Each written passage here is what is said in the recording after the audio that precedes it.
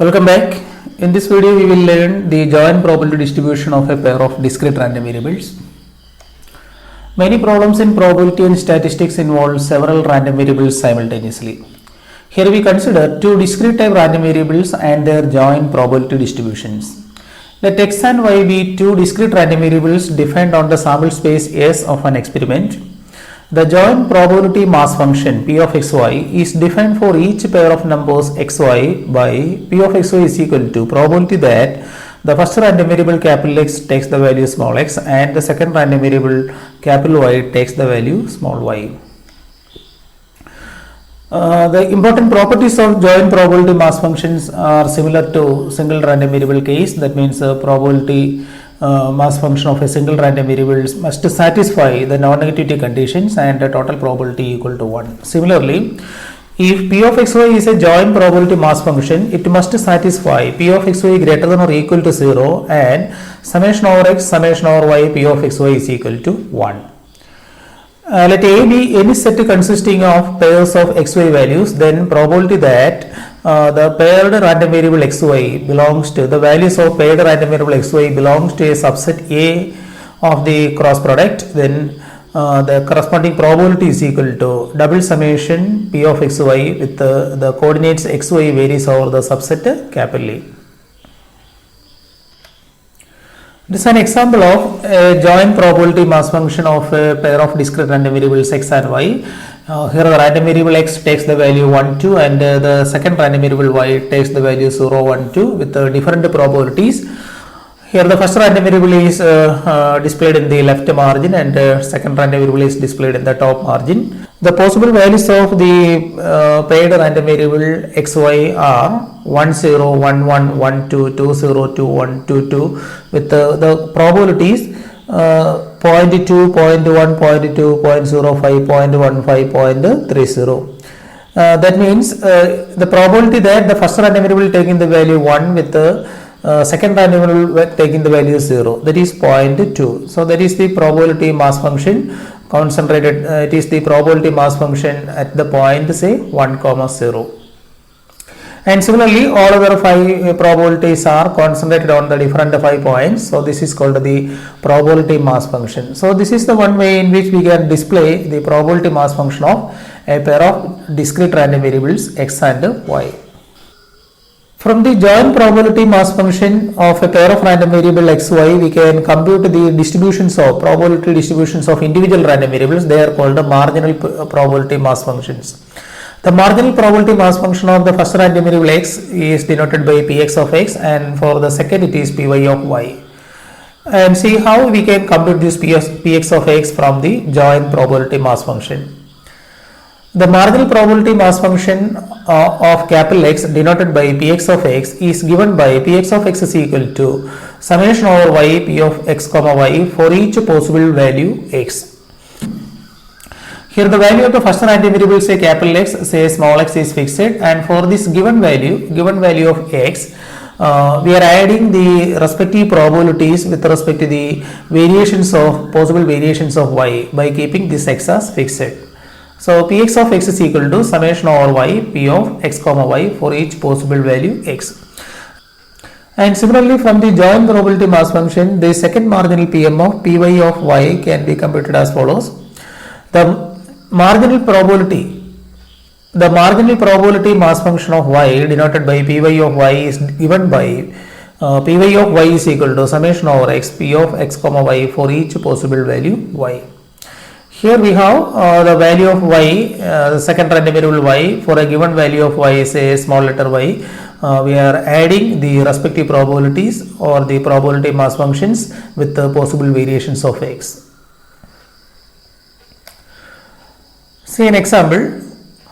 In the probability mass function, joint probability mass function, here the x variable takes the value 1, 2 and the y variable takes the value 0, 1, 2. This is the joint probability mass function, and from this joint probability mass function we can compute the marginal PMOs px of x and py of y.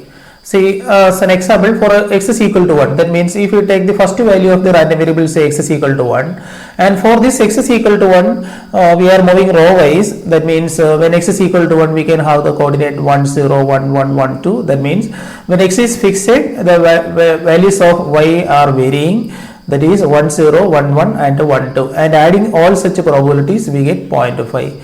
Similarly, for x is equal to 2, again we can vary the y coordinate values, that means 2 0 2 1 2 2, and adding the probabilities we get 0.5. So these two numbers, that means for x is equal to 1 we have the probability 0.5, for x is equal to 2 another probability 0.5. So this is the probability distribution of the first random variable, say capital X. And similarly, for a given value of y, we can compute the probability distribution of the second random variable y.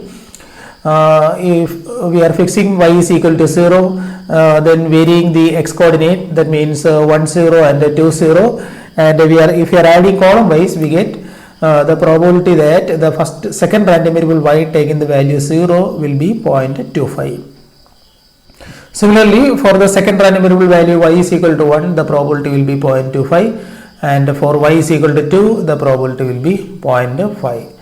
So these probabilities, that means the probability distribution of individual random variables are obtained as the marginal values. That means we can add the probabilities row wise and column wise, and we can have the respective distributions of x and y.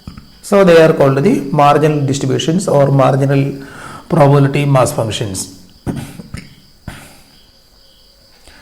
If we take the sum of the values, we can see that they are 1. Sigma px of x is equal to 1, and sigma py of y, that is also 1, and each of the values are strictly greater than 0 because they are probabilities greater than 0 and add up to 1. Also, we can display the probability mass functions of individual random variable or the marginal probability mass functions like this. For the first random variable, here the first random variable takes the value 1 and 2 with the probabilities 0.5 and 0.5, and the second random variable y takes the value 0 1 2 with the probabilities 0.25 0.25 0.5. So this is another way of representing the marginal PMFs, Px of x and Py of y. From the joint probability mass functions, we can determine whether the random variables x and y are independent or not. The concept of independent random variables is very similar to independent events. If A and B are independent events, we have probability of A comma B, or probability of A and B, that is probability of A intersection B is equal to P of A into P of B. So say this is the result from probability theory. For two independent events A and B, we can factorize probability of A and B or probability of A intersection B as probability of A into probability of B. A similar result will be there for checking independence of two random variables x and y. Two discrete random variables x and y are said to be independent if for every pair of x and y values p of xy is equal to px of x into py of y. If this equation is not satisfied for all x comma y, then x and y are said to be dependent. That means the two discrete random variables x and y are said to be independent if you are able to factorize the joint probability mass function as the product of individual probability mass functions. That is, p of xy is equal to px of x into py of y for any choice of this x and y. If this condition is not satisfied for at least one such pair, we can say that the random variables are dependent. See an example. 10 students sign up for a job opening, but only one of the students will be selected. The employer chooses randomly. All 10 outcomes are equally likely.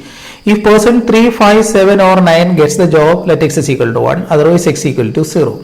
If person 1, 2, 3, 4 or 5 gets the job, let y is equal to 1, otherwise y equal to 0. And we can check whether these random variables are x and y are independent or not. Here we are considering two binary random variables x and y. X is equal to 1 if the persons with the numbers 3, 5, 7 or 9 is selected, otherwise 0. And the second random variable y takes the value 1 if the persons 1, 2, 3, 4 or 5 selected, otherwise it is 0.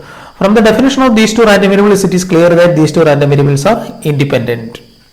Now we can check the factorization principle for these two random variables.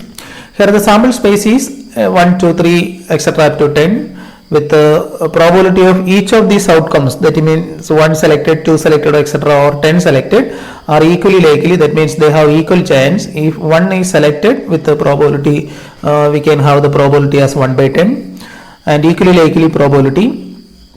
The random variable X is an indicator for the event 3579, which we shall call an event, say, A, and so its complement is 1, 2, 4, 6, 8, 10. The random variable Y is an indicator of the event 1, 2, 3, 4, 5, which we shall denote by B. So the B complement is 6, 7, 8, 9, 10. These two random variables are independent because we can show that the joint probability mass function constructed from this information can be factorized into Px of x into Py of y.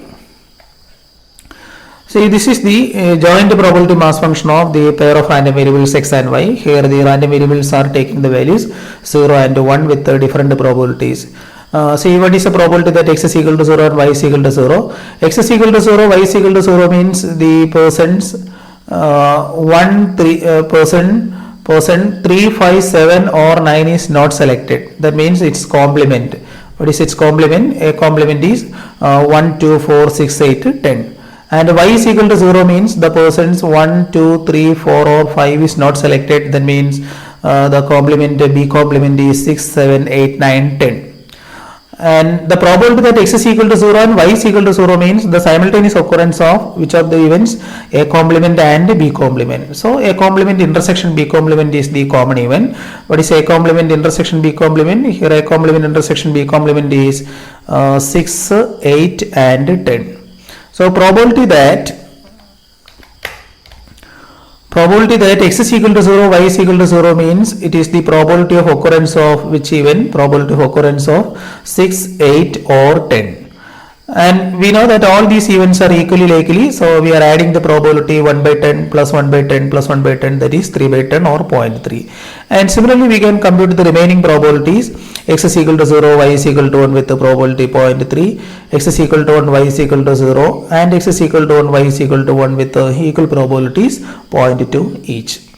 And from this joint probability mass function we can construct the marginal PMFs Px of x and Py of y. Also from this tabular display it is clear that we can factorize this 0.3. What is the factorization of 0.3? 0.5 into 0.6. Similarly for 0.2 we can factorize it as 0.5 into 0.4. So this factorization is possible for all such pairs. That means the result P of x comma y is equal to Px of x into Py of y is satisfied for all pair of values of the random variables x and y. So the random variables are independent. So this is the way in which we are proving two given discrete random variables are independent with the help of their joint probability mass function. Next is the definition of expectation of function of a pair of random variables x, y. Let x and y be jointly distributed discrete random variables with the probability mass function pxy. Then the expected value of a function of random variable, say h of xy, is E of h of xy is equal to summation over x summation over y h of xy into p of xy. So these are the introductory concepts about the pair of discrete random variables x, y. Thank you.